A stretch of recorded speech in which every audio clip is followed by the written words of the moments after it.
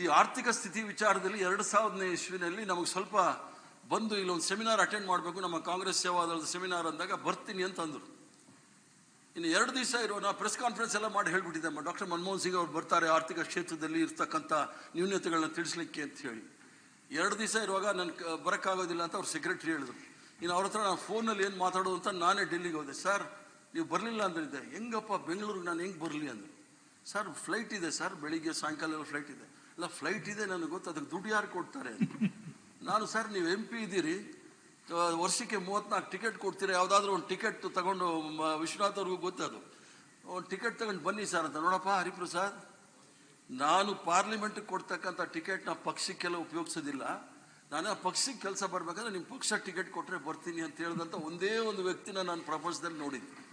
ನಾವೆಲ್ಲ MP ಗಳಾಗಿದ್ದೀವಿ ಅಂತ 3 ತಿಂಗಳಲ್ಲಿ ಎಲ್ಲ ಟಿಕೆಟ್ ಮುಗಿಸ್ಬಿಡ್ತಾ ಇದ್ವಿ, ಆಗೋಯ್ತು ನಮ್ಮ ಕಥೆ ಅಂತ ಹೇಳಿ. ಆದರೆ ಡಾಕ್ಟರ್ ಮನಮೋಹನ್ ಸಿಂಗ್ ರವರು ಸರ್ಕಾರದ ಇದು ಟ್ಯಾಕ್ಸ್ ಪೇಯರ್ಸ್ ಮನಿ ಯಾವ ರೀತಿ ಖರ್ಚು ಮಾಡ್ತಾ ಇದ್ರು ಅಂದರೆ, ಮನೆ ಖರ್ಚಿಗೆ ಯಾವ ರೀತಿ ಬೇಕೋ ಆ ರೀತಿ ಖರ್ಚು ಮಾಡ್ತಾ ಇದ್ದಂಥವ್ರು. ಅದಲ್ಲದೆ ಆವತ್ತು ನಾನು ಅವ್ರನ್ನ ಭೇಟಿ ಮಾಡಿದಾಗ ನಡಿ ಲಂಚ್ಗೆ ಹೋಗೋಣ ಅಂದರು.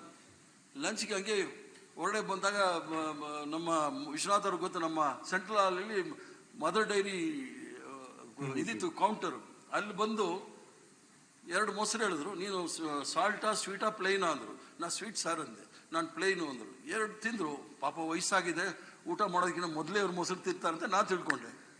ಅದಾದಮೇಲೆ ನಡಿ ಹೋಗೋಣ ಅಂದರು. ಸರ್ ಲಂಚ್ ಅಂದೆ. ಲಂಚ್ ಇಷ್ಟೇ ನಂದು. ಆಮೇಲೆ ಮತ್ತೆ ಕೇಳಿದೆ, ಸರ್ ನೀವು ಎಕನಾಮಿಸ್ಟು, ನೀವು ಲಂಚ್ ಇದೆ ಇಷ್ಟೇ ಅಂದರೆ ತಿಂಗಳಿಗೆ ನಿಮ್ಗೆ ಎಷ್ಟು ಸರ್ ಖರ್ಚಾಗುತ್ತೆ ಅಂದೆ.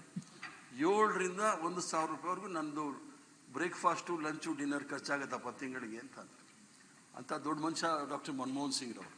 ಅವ್ರ ಹತ್ರ ಮಾತಾಡೋದೇ ಭಾಳ ದೊಡ್ಡ ಕೆಲವು ಪುಸ್ತಕಗಳು ಹೇಳೋರು.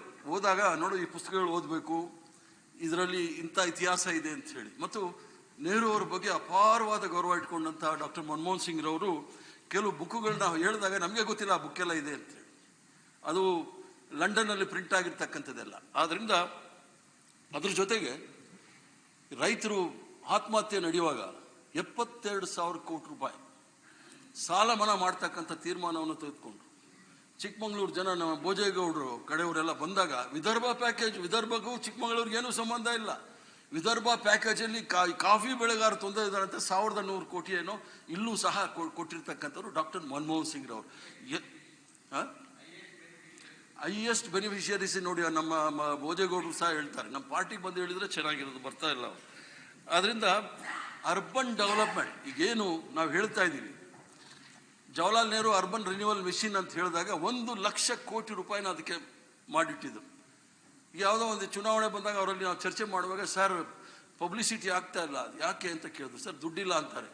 ಅದಕ್ಕೆ ನಾನು ಅರೇಂಜ್ ಮಾಡಿಸ್ಕೊಡ್ತೀನಿ, ಪಬ್ಲಿಸಿಟಿ ಸರಿಯಾಗಿ ಆಗಬೇಕು, ಈ 6 ರೈಟ್ ಬೇಸ್ಡ್ ಕಾರ್ಯಕ್ರಮ ಏನು ಕೊಟ್ಟಿದ್ದೀನಿ ನಾನು ಆಗಬೇಕು ಅಂಥೇಳಿ ಅಷ್ಟು ಕಾಳಜಿ ವಹಿಸಿ ಮಾಡಿರ್ತಕ್ಕಂಥವ್ರು. ಮತ್ತು ಫುಡ್ ಸೆಕ್ಯೂರಿಟಿ ಆ್ಯಕ್ಟ್ ಬಂದಾಗ ಅವರು ಸದನದಲ್ಲಿ ಭಾಷಣ ಮಾಡುವಾಗ ಹೇಳಿದ್ರು, ಯಾರೊಬ್ಬ ಬಡವನು ಸಹ ರಾತ್ರಿ ಮಲಗುವಾಗ ಹೊಟ್ಟೆಗಿಲ್ಲದೆ ಅವನು ಮಲಗಬಾರ್ದು, ಅದಕ್ಕೆ ಅವ್ರಿಗೆ 5 kg ಅಕ್ಕಿ ಕೊಡಬೇಕು ಅಂತೇಳಿ ದೊಡ್ಡ ತೀರ್ಮಾನವನ್ನು ಅವರು 2011 ಇಸ್ವಿನಲ್ಲಿ ತಗೊಂಡ್ರು.